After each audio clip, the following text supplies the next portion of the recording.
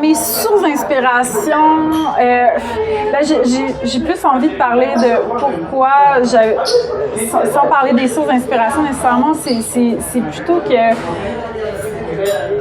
pour moi, faire un film de vampire, c'était vraiment un terrain de jeu, mais pour parler de sujets de société puis de sujets profondément humains et ancrés dans le présent. Donc, j'avais envie d'humaniser les vampires et d'un peu déshumaniser les humains. Et ça m'amusait. L'objectif, c'était qu'on puisse se reconnaître dans la vie de ces vampires-là, même si, bon, c'est sûr qu'ils ont des défis légèrement différents que les humains, quand même, mais que les mêmes dynamiques se retrouvent au sein de ces familles-là.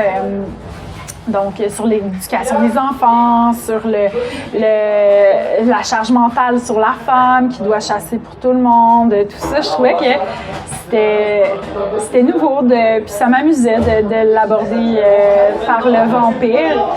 Et si je peux parler plus précisément d'inspiration, je dirais que c'est peut-être à l'adolescence, j'écoutais beaucoup de films indie, coming of age, par exemple Juno, Little Miss Sunshine, des films que j'ai pas nécessairement revisités dernièrement, mais qui ont un peu forgé, je sais pas, ma cinéphilie du temps de l'adolescence.